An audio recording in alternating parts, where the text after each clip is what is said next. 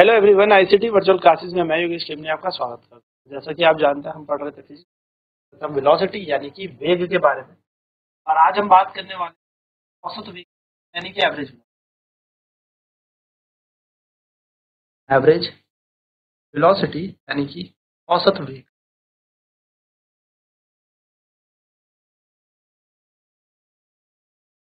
तो बेसिकली औसत वेग होता क्या है, हम कहेंगे एवरेज वेलोसिटी को हम ये भी लिखा है। इसका मतलब होता है टोटल डिस्प्लेसमेंट यानी कि कुल विस्थापन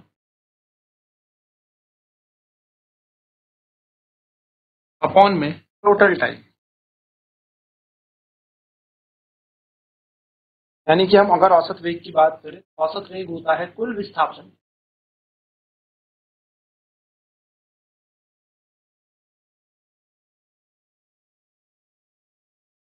बटा कुल समय। यानी कि एवरेज वेलोसिटी बराबर हो जाएगा total displacement upon total time. ठीक है, सिंपल सा फॉर्मूला, सिंपल सी बात। जैसे मान लेते हैं एक वस्तु ए से बी गई और फिर बी से सी गई, तो यहाँ से यहाँ तक का इसका विस्थापन मान लो d1 है और यहाँ से यहाँ तक का विस्थापन d2 है। ए से बी तक इसको समय लगा है t1 और बी से सी तक पहुंचने में इसको समय लगा है t2। तो एवरेज वेलोसिटी यानी कि औसत वेग क्या आ जाएगा, कुल विस्थापन बटे कुल समय। लेकिन अगर बॉडी यू टर्न लेके वापस आ जाती, एवरेज वेलोसिटी की बात करें, एक वस्तु ए से पॉइंट पे बी गई, ए पॉइंट से बी पर गई और बी से वापस ए पर आ गई, यानी कि d1 विस्थापन आगे गई और डी पर ही विस्थापन पीछे। तो इस केस में आपकी एवरेज वेलोसिटी शून्य हो जाएगी, क्योंकि टोटल डिस्प्लेसमेंट अगर आप यहाँ पे देखोगे, यानी कि कुल विस्थापन आप अगर यहाँ पर देखोगे, कुल विस्थापन बन जाएगा d1 माइनस का d1 बराबर शून्य। यानी कि कुल विस्थापन हमारा कितना बन जाएगा, 0। है ना, ये बात याद रखना। कुल समय चाहे हमारा कितना भी हो, लेकिन कुल विस्थापन शून्य। तो हम यहाँ पर एक छोटा सा नोट लिखेंगे और क्या लिखेंगे, हम लिखेंगे एवरेज स्पीड जो होती है, यानी कि ध्यान से सुनिएगा, एवरेज स्पीड यानी कि औसत चाल जो होती है वो हमेशा बड़ी होगी या समान होगी किसकी, एवरेज वेलोसिटी के। यानी कि औसत चाल या तो हमेशा बड़ी होगी, औसत चाल औसत चाल या तो हमेशा बड़ा होता है या बराबर होता है औसत वेग के। ठीक है, यानी कि हम यहाँ से अगर बात देखें तो बन जाएगा एवरेज ऑन एवरेज वेलोसिटी अनुपात 1 या 1 के समान हो हमेशा। ये बड़ा इंपॉर्टेंट नोट है, याद रखिए। इससे फटाफट नोट डाउन करते हैं, फिर बढ़ते हैं आगे इंस्टेंटेनियस यानी कि तात्क्षणिक वेग के बारे। कुल विस्थापन बटा कुल समय हमारा औसत वेग होता है, यानी कि एवरेज वेलोसिटी को हम क्या कहते हैं, एवरेज वेलोसिटी होता है कुल विस्थापन बटा कुल समय।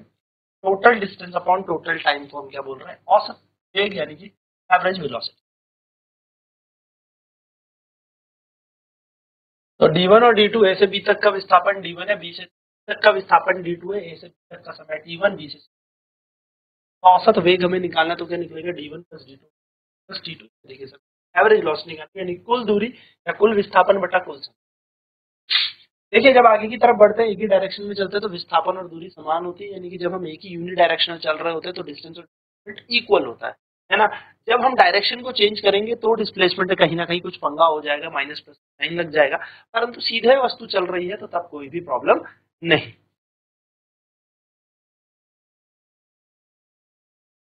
अगर कोई वस्तु ए से बी गई दूरी और फिर बी से ए आ गई थी, यानी कि दूरी वापस आ गई, तो इस केस में विस्थापन क्या हो जाएगा, कुल विस्थापन शून्य हो जाएगा, प्लस में जाने का माइनस में जाने का, और इस टाइम आपका औसत वेग शून्य हो जाएगा।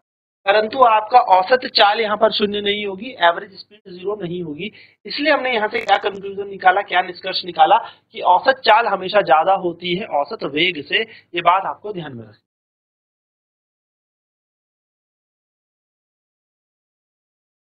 तो एवरेज स्पीड हमेशा बड़ी होगी या समान होगी किसके, एवरेज वेलोसिटी से। यानी कि औसत चाल हमेशा बड़ा होता है या बराबर होता है किसके, औसत वेग से। तो हम इनका अनुपात निकाले, average velocity will be always equal greater than equal to 1।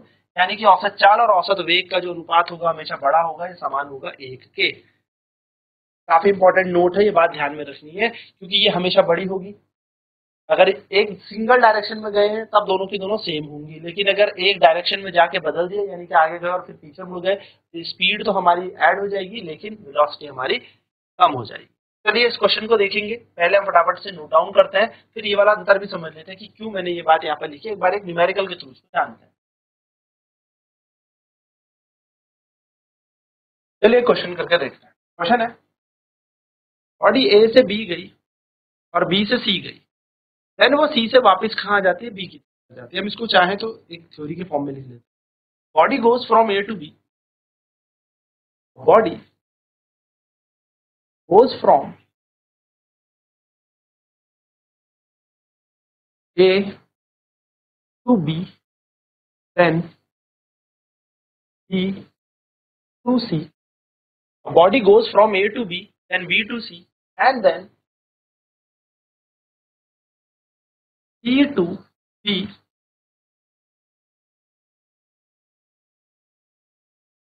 The distance from A to B is 3 kilometer. From B to C is 4 kilometer. The time taken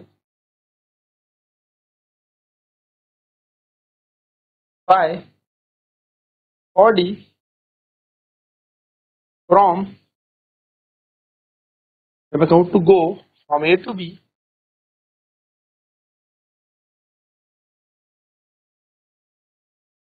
A to B is 3 hours, and from B to C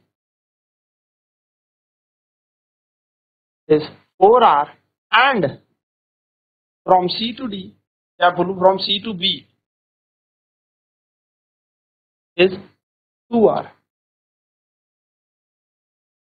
Find its average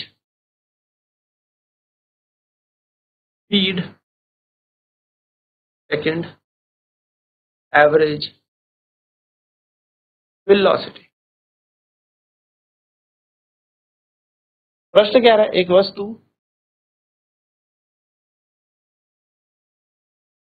A से B, फिर B से C और फिर C से B और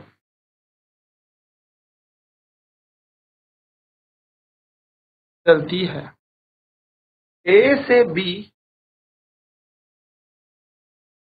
तक की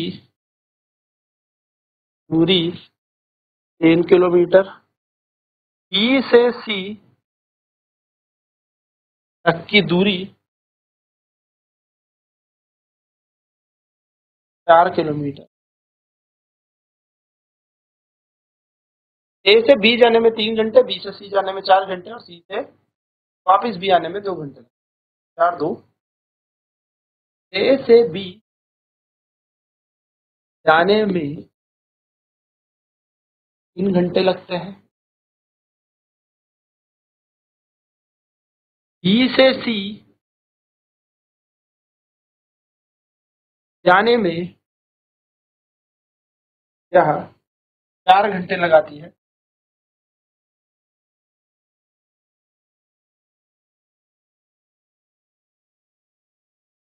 और C से B मतलब वापस आने में, ठीक है, जाने में ये 2 घंटे लगाती है, ठीक है, इसको 2 बार लगता है।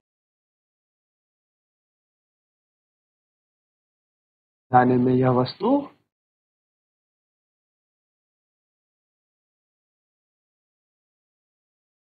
2 घंटे लगाती है। इसकी औसत चाल, औसत वेग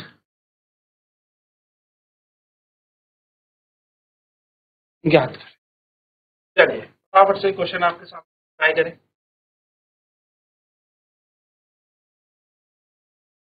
एक वस्तु ए से बी गई, बी से सी गई, सी से वापस बी की ओर आती है।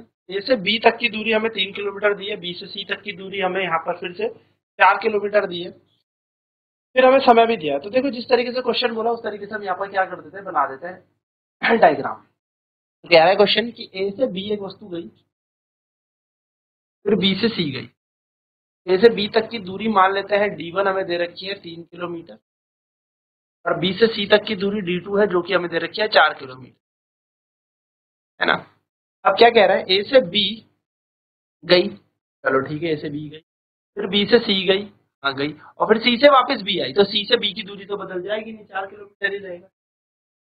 ए से बी जाने का जो समय था वो दिया है 3 घंटे, है ना। फिर बी जाने में जो समय लगता है उसको कितना लगता है, 3 घंटे लगता है। Body the time taken by the body to go from A to B 3 hours, B to C जाने में लगता है 4 घंटे।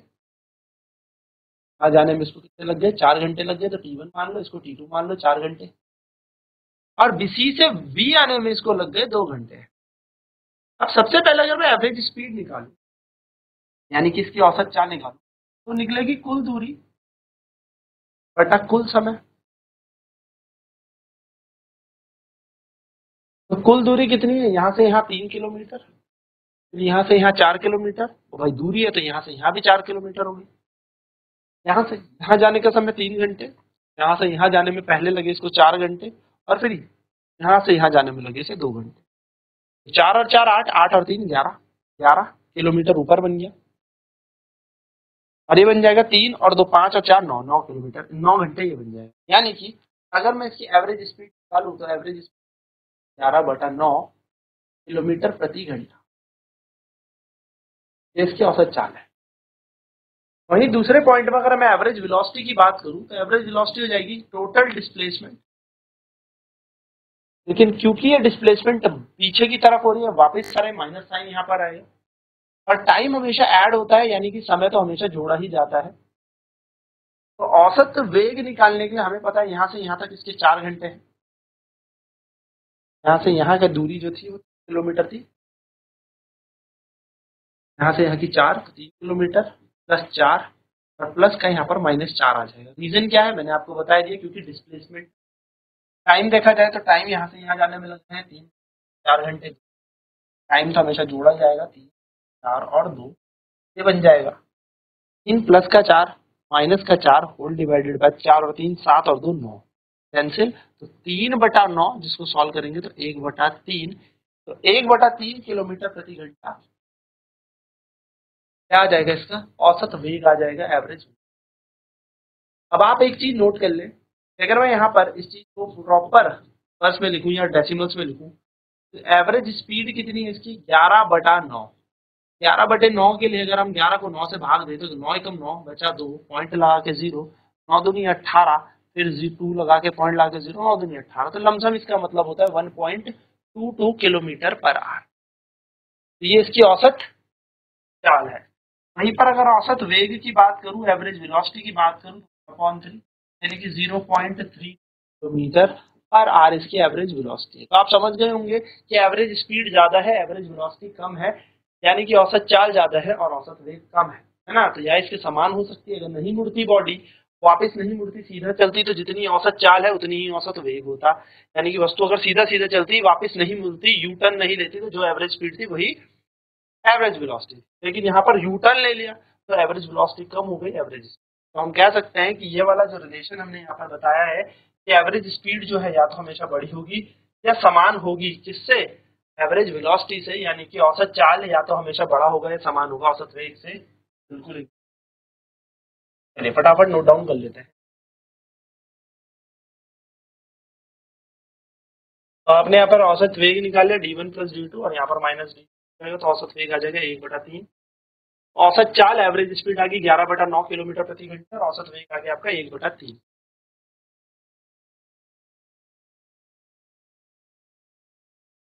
तो इस तरीके से आपने क्या जाना, आपने यहाँ पर रिलेशन देखा कि एवरेज स्पीड हमेशा एवरेज वेलोसिटी से बड़ी होगी या समान होगी। तो ये थे क्वेश्चन एवरेज वेलोसिटी के। नेक्स्ट क्लास में बात करेंगे इंस्टेंटेनियस वेलोसिटी यानी कि तात्क्षणिक वेग की। आज की क्लास में इतना ही। आईसीटी वर्चुअल क्लासेस में जुड़ने के लिए धन्यवाद। आपका दिन शुभ।